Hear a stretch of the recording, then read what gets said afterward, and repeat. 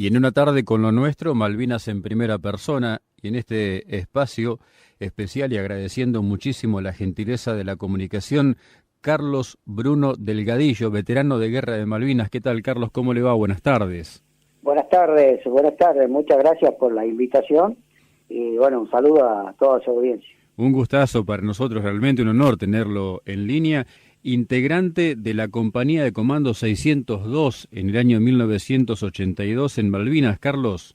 Así es, sí. Pertenecía a la Compañía 602 de Comando cuando se armó el 25 de mayo aproximadamente para ir a Malvinas. Si usted me permite, volvemos un poquito para atrás en el tiempo, porque usted es suboficial retirado del arma de caballería. Su instrucción fue en la Escuela de Suboficiales Sargento Cabral. Yo hice el servicio militar. Ajá. Yo era clase 54. En ese tiempo se estaba moviendo un poco el conflicto interno de nuestro país, político interno. Yo estaba haciendo el servicio militar en Esquel. Y vino una orden de aquellos que querían continuar, podían inscribirse para ir después a la Escuela de Sargento Cabral.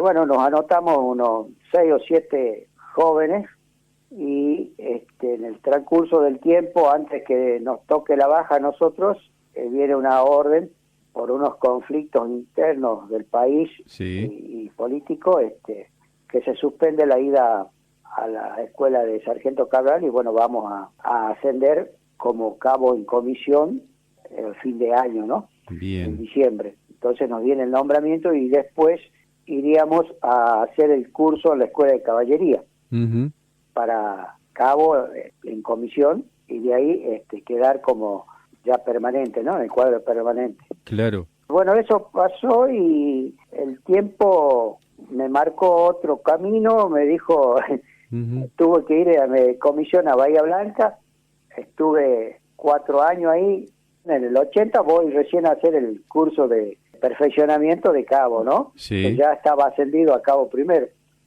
Entonces, bueno, después de ahí, al poquito tiempo, voy a la Escuela de Infantería a hacer el curso de misiles Blopai. Y es por eso que a mí me citan en tiempo de Malvinas a incorporarme a la Compañía de Comando 602 que necesitaba los misiles Blopai. Claro, por esa especialización que hizo. Exacto, sí. ¿Y estaba destinado entonces en el 82, dónde me decía? Yo en el 82 estaba destinado en Chajarí, Entre Ríos. Es una unidad de caballería de tanque, y de ahí fui a hacer el curso yo de misiles a la Escuela de Infantería, y los misiles estaban conmigo en Chajarí.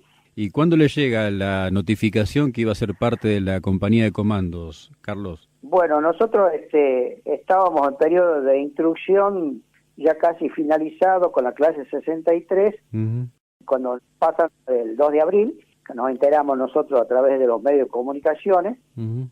Entonces, esos regimientos de Entre Ríos se movilizan a Santa Fe. Ahí voy yo también con el regimiento 7 y ahí me viene una orden del Estado Mayor del Ejército que tenía que presentarme a la Escuela de Infantería en tiempo récord, ¿no? En cualquier momento. Sí. Así que en la formación me avisa el jefe del regimiento que tenía que ir a Malvinas. Entonces ahí cargo mis bultos, mi pertrecho, armamento y en un jeep me llevan a Campo de Mayo. ¿Se puede contar con palabras lo que sintió en el momento que el jefe le comunica eso o no? Nosotros estábamos mirando el conflicto a través de la televisión. Claro. Y todos los medios de comunicaciones. Pero como el país nunca había estado en guerra, entonces nosotros lo teníamos un poco como que ese conflicto no iba a ser, simplemente iban a ponerse las tropas argentinas en Malvinas y el negociado político iba a terminar ahí. Claro. Entonces no había, estoy hablando en lo personal mío, ¿no? Sí. Interior mío no había ese nerviosismo de ir a la guerra. Claro. Uno deseaba estar en Malvinas, porque veía que regimientos iban a Malvinas, pasaban por ahí por Santa Fe, y nosotros quedábamos ahí todavía. Entonces sentíamos ese deseo de estar allá. Pero cuando me llaman, la verdad que me sorprendió porque yo quería ir, yo pensaba siempre movilizarme con el regimiento. Claro. pero nunca pensé que tendría que integrar con las fuerzas especiales. Uh-huh. Así que, bueno, yo en ese tiempo era soltero. El soltero con 28 años no tenía mucha responsabilidad familiar, Uh-huh. así que no me importaba mucho esa situación, no me afligía.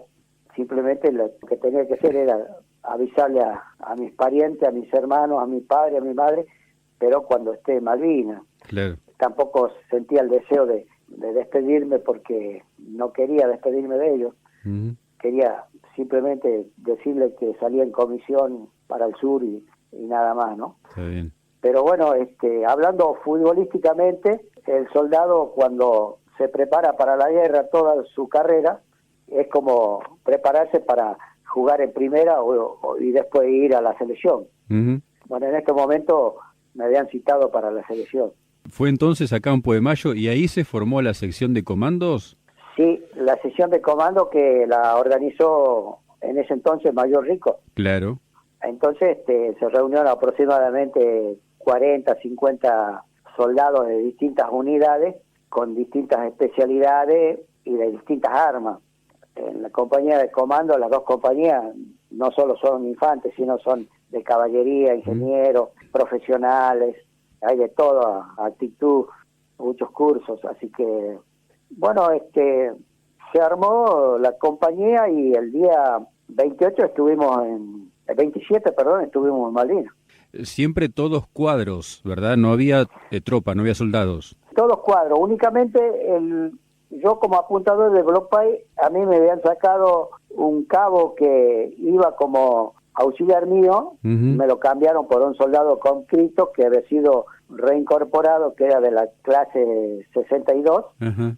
Entonces, un chaqueño, Omar Porget, que vive todavía y gracias a Dios volvió bien. Uh-huh.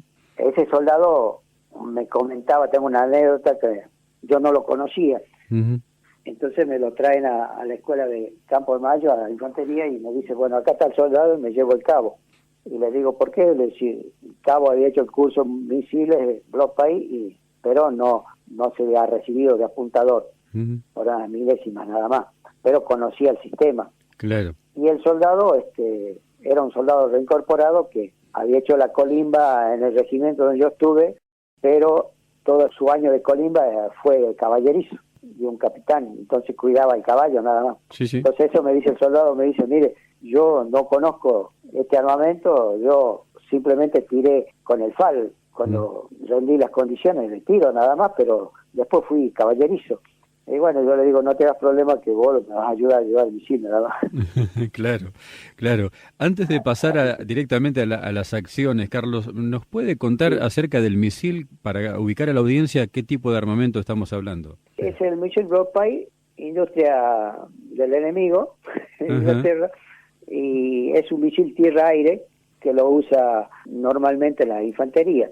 Se lo maneja unipersonal, tiene una unidad de puntería con dos sistemas de tiro, A y B, porque se pueden tirar dos misiles a la vez, uno al lado del otro, un soldado al lado del otro, con una unidad de puntería que se llama A y la otra B. Uh-huh. Entonces, los dos apuntadores pueden tirar cerca hacia alguna nave, ¿no? Es tierra-aire. Uh-huh. Ese es liviano. Hay una foto de un soldado de la 601, creo que va con el misil cargado, que es como una botella gigante de sidra. Así es. ¿Sí? Así es el estuche. ¿Y el proyectil cómo se dirige al blanco? ¿Tiene alguna guía? El proyectil va guiado a través de un infrarrojo y tiene la espoleta de impacto y de aproximación. Ajá. Entonces, si el misil pasa a 15, 20 metros del blanco, explota por cercanía, por aproximación, claro, y provoca el vacío a la nave para que caiga o pueda desviar el curso, ¿no? ¿Y qué alcance tiene? 3.000 metros más o menos. Ah, bien. Bien, un arma bastante efectiva, por cierto. Sí, se volteó un Harrier y creo que un helicóptero. Uh-huh. Volvemos a las acciones entonces. Llegaron a Puerto Argentino, me decía, y a partir de ahí tengo entendido que fue inmediato el paso a las acciones de ustedes, ¿no? Sí, nosotros tuvimos más tiempo prisionero que tiempo ahí en Malvinas, ¿no? Uh-huh. nosotros llegamos un 27 y el 31 estábamos combatiendo. Claro. Nosotros llegamos un 27 a la noche, cerca de las 6 de la tarde, que ya es de noche allá en Malvinas. Sí. Y bueno, hicimos un poco de reconocimiento a la apurada y conocer los lugares de donde teníamos que ir durante la noche si había ataque aéreo. Íbamos a las defensas y nos mostraron dónde teníamos que estar las defensas antiaéreas para meternos ahí. Sí. Porque nosotros vivíamos en un galpón, en un gimnasio que había cerca del correo, que le titularon La Halconera, porque la compañía 601 estaba ya alojada ahí. Nosotros fuimos a alojarnos después ahí, junto con ellos. ¿Y a partir de ahí, entonces? Bueno, nosotros recibimos la orden que teníamos que salir a las 4:30 de la mañana a hacer un reconocimiento como exploración a un lugar llamado Monte Kern, o Monte Simón. En ese entonces no se sabía en qué lugar estaba el enemigo, sabían que habían desembarcado, ya había habido combates, todo, ya estaba en plena guerra, así que Sí. entonces nosotros teníamos que hacer una misión que no nos correspondía, que era la de hacer exploración. Éramos 13 soldados, era la primera sección de la compañía 602 que se le da la orden a Bersesi para que salgamos al lugar ordenado. Entonces a las 4 de la mañana nos vamos al helipuerto para esperar los helicópteros que nos tenían que llevar al lugar. Bueno, ahí Bersesi me dice que a los soldados con Cristo no lo íbamos a llevar, yo no lo llevé a mi auxiliar, entonces le pedí la colaboración a un cabo Valdivieso de la misma compañía, pero de otra sección, que vaya él en reemplazo del soldado, y bueno, él va conmigo el homicidio. Y después va un sargento primero Helguero, que era de la compañía 601, él conocía la zona porque ya había andado por esos lugares, entonces iba como especie de vaquiano y tirador a la vez. Claro.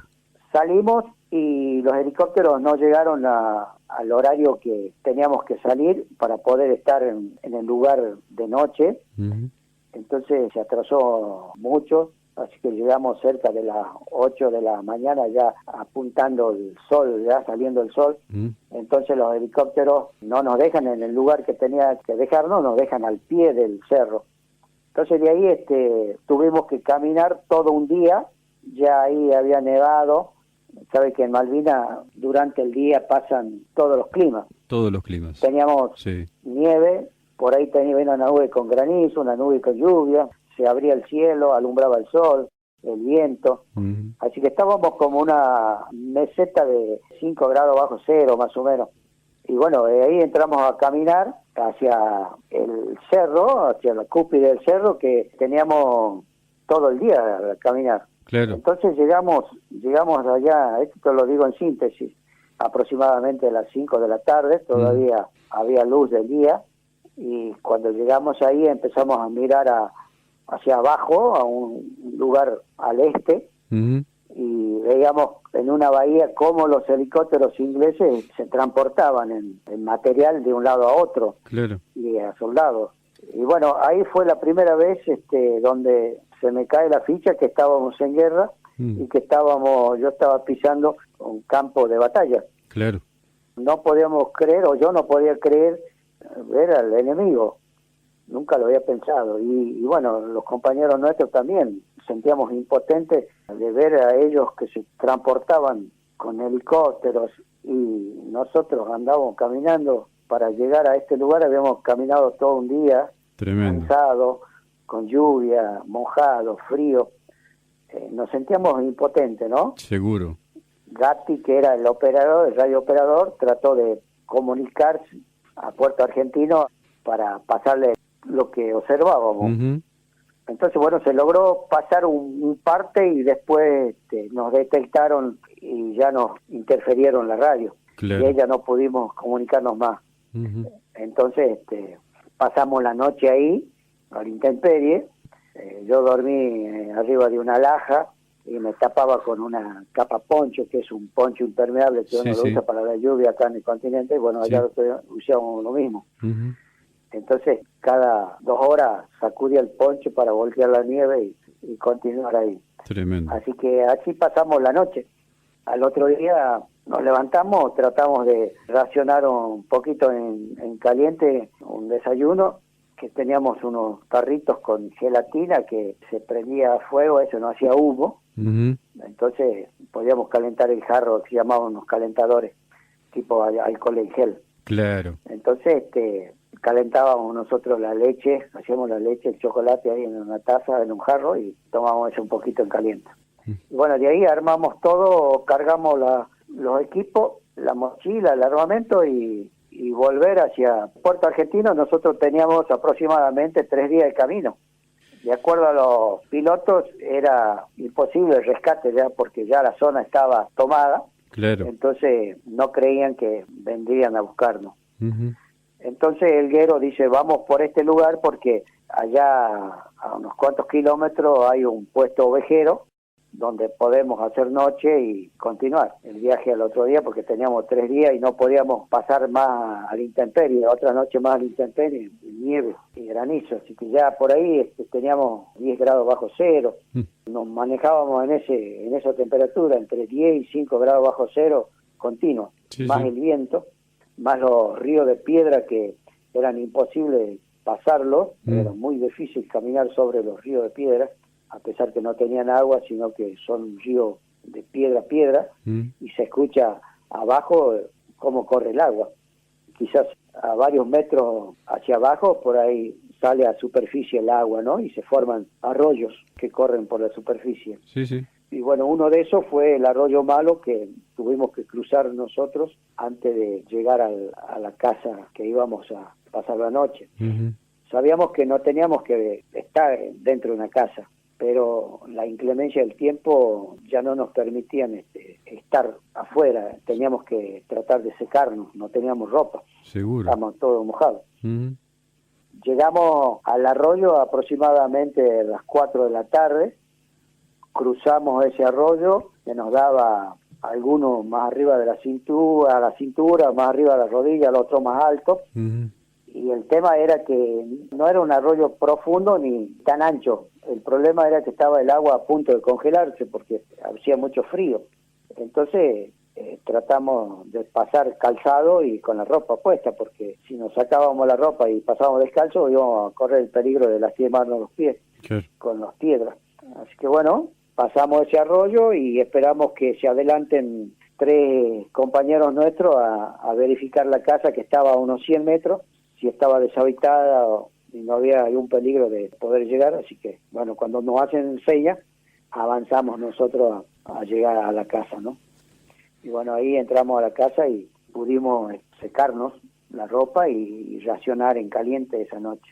Y descansar un poco también, recomponer fuerzas, ¿no? Claro, porque nosotros teóricamente no habíamos descansado desde que salimos del continente. Claro. Porque nosotros mal dormimos. Esa noche que llegamos a Puerto Argentino nos recibieron los ingleses con un bombardeo terrible aeronaval y que nosotros nos asustamos nuevo y los soldados de la compañía 601 se reían porque dicen, no se asusten muchachos, se enteraron que llegaron ustedes, están dando la bienvenida. Y bueno, pero nosotros nunca habíamos escuchado el estruendo tan fuerte de las bombas, como se reventaba el acero, ¿no? Cuando caía. Sacudían los vidrios, saltaban los cristales de los vidrios de las ventanas, los focos se apagaban por rato, y era algo tremendo, algo muy algo que nunca habíamos vivido. Así que bueno, estuvimos ahí en la casa, hicimos una guardia cada hora, uno por vez, durante la noche. Teníamos un visor nocturno, entonces con ese mirábamos por la ventana o por la puerta, porque no hacíamos afuera porque estaba nevando, entonces mirábamos. Ese visor nocturno nos permitía mirar por lo menos siluetas. Era como un televisor blanco y negro, pero así con niebla, ¿no? Entonces uno alcanzaba a ver la silueta. Si se movía sabíamos que era algo vivo, pero si no, no sabíamos distinguir. De un animal a un hombre lo podíamos distinguir, ¿no? Y así pasó la noche, y a la mañana temprano, antes que amanezca, ya estábamos levantados, empezamos a preparar las cosas. Algunos estaban desayunando en caliente. La casa tenía un entrepiso donde un grupo había ido arriba y el otro quedó abajo, y en ese grupo que quedó abajo estaba yo. Y cuando estábamos desayunando, ese escuchamos un ruido de helicóptero y uno dice, mira, nos vienen a buscar. Después Pedroso, que era el enfermero, no, dice, no es nuestro el helicóptero porque los nuestros tabletean, dice, ¿no? Uh-huh. Y esto tiene turbina. Uh-huh. Entonces es como una turbina, entonces no se sentía el tableteo fuerte, sino sentía más el ruido del motor. Claro. Y los nuestros, dice, tabletean como un carro. Y nos pusimos serios y nos pusimos en silencio para escuchar bien eso. Y cuando vemos el helicóptero por la ventana, no sé quién dice, no es nuestro, dice, no tiene la franja amarilla. A mí me corrió algo por el cuerpo que parecía que estaba en el aire, no pisaba. Era increíble ver al enemigo llegando a casa en el helicóptero, ¿no? Pasando a unos 50 metros de la casa, el helicóptero pasó despacito y nosotros sin respirar. Realmente era increíble ver al enemigo y decir, estábamos esperando que explote algo, porque decíamos nosotros, es imposible que no nos vean. Claro. Saben que estamos acá. Aparte ellos tenían los aparatos de detección de movimiento y de calor en el helicóptero, así que seguro que sabían que estábamos ahí. Y se fue el helicóptero, no volvió y dijimos, se fueron, no nos vieron. Pensamos eso y después dijimos, capaz que fue a dejar gente por ahí, pues tienen alguna posición. Lo que menos hicimos es pensar que nos estaban rodeando, que nos habían visto, pero nos estaban dejando la gente para atacarnos. Uh-huh. Entonces nos apuramos a preparar las cosas y para salir, y ahí al rato dice Castillo, él estaba en la parte de arriba y mira en la ventana y empieza a alumbrar el sol hacia el campo y hay ovejas por ahí. Entonces Castillo dice, me parece que no son todas ovejas las que veo ahí, y bueno, ahí uno de ellos también dice, no, son ingleses.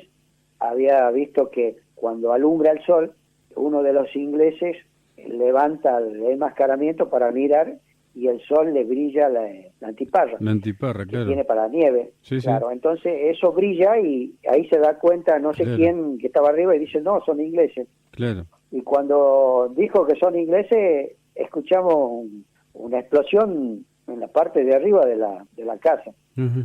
A partir de ahí fue un caos porque no paraban las explosiones, se sacudía la casa, gritos, órdenes, tratando de salir de la casa, tratar de buscar una posición para seguir combatiendo. Uh-huh. Otros saltaban por la ventana y la casa se seguía sacudiendo, se había tapado ya de tierra, de polvo, sí, sí. humo, porque ya estaba ardiendo. Habíamos quedado con el hierro en el piso de abajo y el piso era de madera, entonces estábamos cuerpo a tierra. Esperábamos que salgan todos y también nosotros esperábamos que paren un poco la balacera para poder salir. Uh-huh. En una de esas hace una explosión muy fuerte y nos levanta para arriba a nosotros y nos vuelve a tirar abajo, como una onda expansiva que sale de abajo, porque en el piso de abajo había como especie de un sótano, uh-huh, que parece que guardaban cosas ahí los ingleses, la gente que iba a trabajar para la esquila, pues. Entonces ahí parece que cayó la bomba y explotó y hizo que el piso se levante y había una cama ahí de los Hesper, una cama de 2 plazas ahí, sin colchón, sin nada, también se levanta para arriba y cae. Yo no sabía si reírme, salir, y veo que las paredes se empiezan a perforar porque empiezan a tirar toda la pared era de madera y por fuera chapa. Uh-huh. Yo miraba clarito cómo se perforaba, cómo pasaban los proyectiles por cerca de mi cabeza. Entonces yo me pego bien al piso y miro la pared y veo que saltaban las astillas a la altura de mi cabeza y digo, bueno, acá se terminó. Sí. Y cuando termina esa ráfaga que parecía que no se terminaba más, un segundo, son horas ahí, y dice el guero, salgamos por acá. Entonces él se arrastra hacia la puerta y quiere salir, y una granada explota cerca de la puerta y una esquirla le pega en el pecho a él. Entonces él se vuelve, se saca el pañuelo del bolsillo y se lo pone en el pecho, por bajo de la chaquetilla y se lo vuelve a sacar y lo mira y tiene sangre. Y me mira a mí y me dice, me la dieron. Con esa frialdad. Esa es una imagen que tengo grabada por toda la vida, de ver la tranquilidad con la que entregaba. Yo decía, tenía miedo que le haya pegado en el corazón porque estaba a esa altura. Entonces, esa tranquilidad que él me transmitió, me dio fuerza para que yo me mueva y vea si no estaba herido. Entonces me muevo, me dolía mucho el codo por el golpe que había dado cuando fue la explosión. Sí. Me puedo mover bien, entonces le digo, vamos, salgamos por acá por la ventana. Entonces saltamos la ventana y empezamos a tirar de ahí. Y bueno, ahí vemos ya a Eber tirado, muerto, Losito por un lado también lleno de sangre, Brun herido, Castillo aturdido que lo había agarrado la onda expansiva y lo había tirado a unos metros en un zanjón. Y veíamos a la iglesia que venía avanzando y nosotros tirábamos y venían avanzando y tirando fuego. Era de terror. Y cuando Gatti Bersesi que era el jefe de la sección, nos grita que alto el fuego, porque ya habíamos quedado 5 ilesos, el resto estaba herido y habían 2 muertos. Y la casa se incendiaba. Ninguno queríamos parar hasta que pudo lograr Bersesi y Gatti hacernos entender que la cosa había terminado. Entonces, en ese desastre, en esa confusión, bronca no sabía con quién, pero bronca a la vez, tuvimos que entregar las armas y nos ordenaron juntar nuestros heridos y nuestro muerto. Y Espinosa había quedado en la casa, se incendió, no quedó nada. A los minutos vimos únicamente la chimenea del ladrillo que quedó parada, por ahí deben haber algunas fotos. Sí. Eber estaba intacto, estaba reventado por dentro. Así que lo alzamos y lo pusimos junto a nosotros, y los heridos también. Hay una foto donde estamos todos sentados ahí. Y bueno, habíamos quedado ilesos Bersesi, Gatti, Pedroso, Castillo y yo. Castillo estaba un poco aturdido y sordo de un oído por la onda explosiva, pero no estaba lastimado, nada. Y la verdad teníamos mucha bronca, y personalmente yo estaba muy dolido con Dios, porque hacía unos minutos Espinosa y él había estado con nosotros charlando, dando muestras de humildad, y ya no lo teníamos. Entonces me enojé mucho con Dios, porque yo no y ellos sí. Yo era un soltero y Espinosa tenía 2 nenitas de 1 año y de 2 años, creo, en ese tiempo.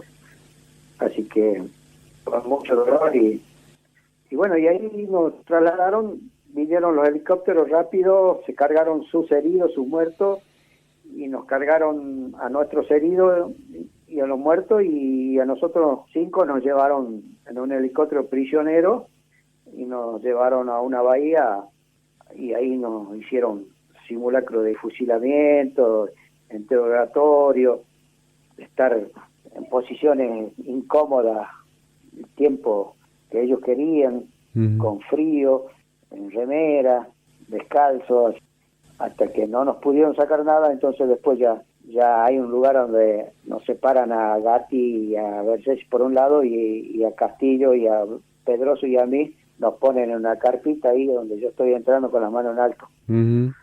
Como prisionero de guerra, ¿cuánto tiempo estuvieron, Carlos? Y bueno, después de ahí nos llevaron a un edificio que decían que era un frigorífico viejo. Sí. Y bueno, ahí estuvimos con otros soldados de otro regimiento, y ahí nos cargaron en el Norland. Y nos tuvieron, según se decía, que andaban recorriendo posición, entregando munición y abasteciendo los lugares, y después fuimos integrados a la Cruz Roja en el Uruguay. Y eso aproximadamente era el 10 de junio ya, porque el combate nuestro fue el 31 de mayo.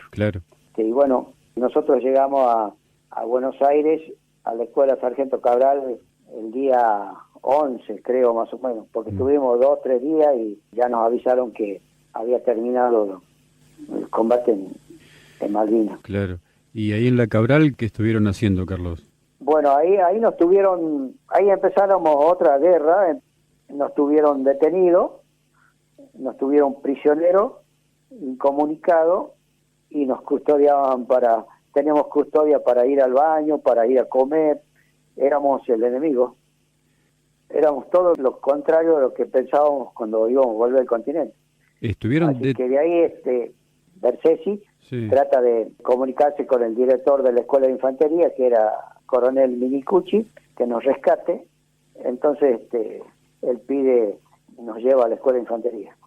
Ahí a la Escuela de Infantería nos dimos cuenta que estaba la compañía 603 ya lista para salir también, pero esa no pudo ir, ya se había formado con más soldados. Bueno, ahí estuvimos unos días y nos dieron unos días de licencia para que vamos a ver a la familia, y de ahí volvamos a la Escuela de Infantería, y de ahí recién nos mandaban a las unidades respectivas, cada uno. ¿Hubo órdenes de no hablar? ¿Hubo órdenes especiales en ese tiempo? Sí, estaba prohibido para todo el mundo hablar con los medios de comunicaciones. Eso estaba ordenado desde arriba, del comando en jefe. ¿Y en las propias unidades? Y las propias unidades recibían esa orden y nos la transmitían. Yo nunca me sentí presionado, pero siempre respeté esa idea que me había transmitido mi jefe, que era entonces el teniente coronel Groba, que era el regimiento. Cuando yo volví me recibió y entablamos una buena amistad. Pero él me comentó que había una orden de Nicolai de cual no podía hablar con los medios de comunicaciones. Y si tenía que hablar, tenía que pedir permiso, y si me autorizaban, bueno, hablaba. Así que nunca lo necesité, nunca pedí permiso y nunca quise hablar. Así que hicimos silencio. Estábamos muy, muy dolidos, porque cuando uno vuelve de la guerra, yo volví al regimiento, porque de ese regimiento fui yo y el soldado nada más. De 600 tipos del regimiento fuimos 2. Entonces el soldado se fue de baja y quedé yo como responsable de la derrota ante todo ello. Entonces yo lo que encontré en el regimiento fueron el edificio, y mis camaradas que habían quedado ya no eran mis camaradas, porque ya no me entendían ellos a mí ni yo los entendía a ellos. Por eso siempre yo a veces en los escritos, en algunas charlas que hago, siempre digo que el soldado con Cristo, el cuadro tanto oficial o suboficial que fue a Malvinas, murió allá. Y volvió otro soldado. Allá Malvinas nos parió soldados de la patria. Claro. Entonces, nuestra patria es Malvinas. Y al volver al continente, ya el soldado que había salido del Regimiento 7 ya no volvió nunca más, volvió un soldado de la patria. Entonces, el desencuentro y la falta de comunicación de uno y de otro provocaron hechos violentos en algunas unidades, y después vino surgiendo Semana Santa y todo eso reventó todo ahí. ¿Y hasta cuándo fue ese silencio? ¿Hasta cuándo fue esa distancia? ¿Cuándo se empezaron a acercar o nunca pasó? No, porque ustedes, si usted mira la historia, los oficiales que tienen la posibilidad de llegar a conducir una unidad o la institución, sí, nunca llegaron, veteranos de guerra. Y el que llegó es porque le vendió el alma al diablo. Entonces, usted va a ver que todos los oficiales se fueron de subteniente, de teniente, de capitán, de coronel, de teniente coronel, de mayor, y los que llegaron a coronel o a general nunca tuvieron un cargo trascendente dentro de la institución. Seguro que fueron escondidos por ahí, que se llenen de musgo, como los proyectos que tuvo el coronel Seidani para un nuevo ejército. Deben estar por ahí tirados, llenos de humedad, y quizás las nuevas generaciones, cuando yo voy a hablar a las instituciones, digo, quizás ustedes encuentren el proyecto de una nueva institución para que hagan fuerte la institución. A nosotros nos corrieron, nos tuvimos que ir porque ya no encajábamos. Claro. ¿En qué año dejó la fuerza, Carlos, y con qué grado? Yo me fui de sargento en el 86, tiempo de Semana Santa. Claro. Yo de Chajarí, después en el 82 en el 84 me sale el pase a Santa Cruz, al regimiento de Tanque 11. Y cuando yo volví de Malvinas, cuando volví al regimiento, nunca más pude dar instrucción. Me mandaron a mí encargado de casino, de oficiales, a contar platos y cubiertos y ver que el soldado limpie un edificio. No, tremendo. Y había un mayor, me acuerdo que él siempre me sacaba y me decía, venga, vamos a recorrer a los soldados la instrucción. A mí me daba vergüenza porque él me ponía siempre como ejemplo. Y nunca pudo lograr que yo vaya a dar instrucción o que cuente mi historia, la vivida de un soldado que estuvo en la guerra. Y bueno, eso pasó a lo largo y ancho de toda la fuerza. Entonces, cuando voy a Santa Cruz, ya tenía mi destino interno fijo, me mandaron al casino de oficial. Qué bárbaro. Y ahí un teniente me dice, se entera que yo soy veterano de guerra y me dice, che, ¿vos estuviste en Malvinas? Sí, yo estuve en Malvinas. Me dice, ¿pero por qué está acá? Dice, vení, dice, yo le voy a hablar con el jefe, dice, vos tenés que estar en mi escuadrón, dice, así nos contá la experiencia, qué cosas hizo mal, qué cosas hizo bien. Bueno, digo, andá y habla. Y bueno, el otro día viene y dice, che, me cagaron a pedo, me dijeron que el gadillo no se lo toca. Así que yo nunca más, en ese regimiento, nunca hice la bandera, ni estuve presente en el izamiento de la bandera, en ninguna formación. Así que el soldado que volvió de Malvinas era un enemigo dentro de la institución. Qué bárbaro. Y por eso, y ustedes van a ver que después de 20 años empezamos a hablar. Sí. Porque se han cansado de escribir libros, los buscan, los sinvergüenzas, los atorrantes, que la pusieron a la guerra como ellos quisieron. La historia la cambiaron para todos lados. Entonces nos cansamos y empezamos a hablar los protagonistas, cada uno lo que vivió en Malvinas, ¿no? Porque nosotros éramos 13 en el combate, pero cada uno de nosotros tiene nuestra propia historia. Claro. Porque yo vi el combate de una forma y lo viví de una forma porque no fui herido. Losito fue herido, era un colador igual que Brun. Ellos vivieron de otra forma, el mismo combate, pero de otra forma. Sí, sin dudas. Y con otros sentimientos. Sí. Entonces, él va a contar lo mismo que cuento yo, pero con otra visión, porque él vivió de otra forma, él sintió la muerte más cerca que yo. Entonces, son soldados héroes que uno no le puede faltar el respeto. No, sin dudas. Así es. Sin dudas. Carlos, ¿cómo siguió su historia después de dejar la fuerza? ¿Formó familia? Bueno, después que pasó toda Semana Santa, estuve en Buenos Aires, trabajé un tiempito en lo único que podía trabajar, en las agencias de seguridad, y vivía muy incómodo porque estaba en La Plata y tenía que ir a trabajar a Capital, así que el sueldo se me iba en viaje y no tenía tiempo ni para descansar, entonces opté por volverme a mi provincia.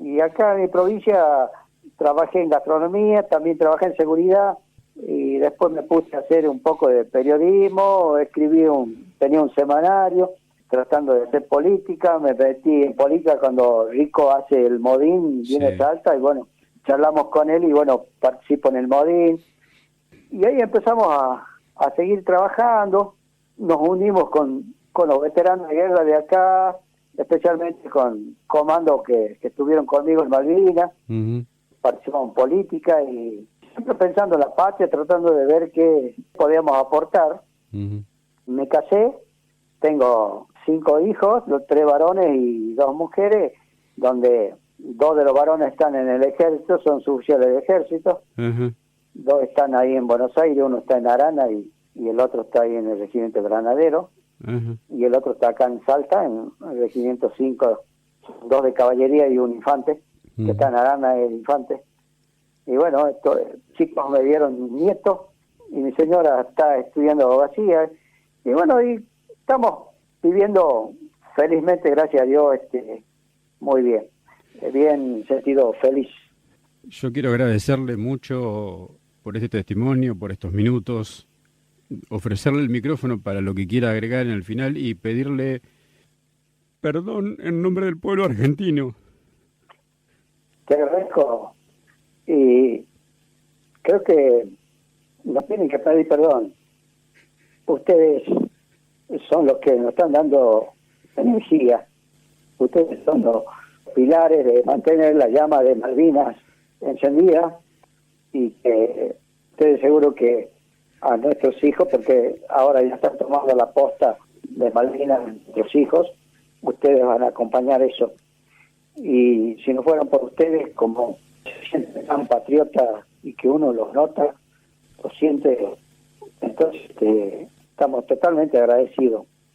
El enemigo no quedó en Malvinas, se instaló en la Casa de Gobierno, en el Congreso, en el corazón de los políticos, en el corazón de los jefes de las Fuerzas Armadas.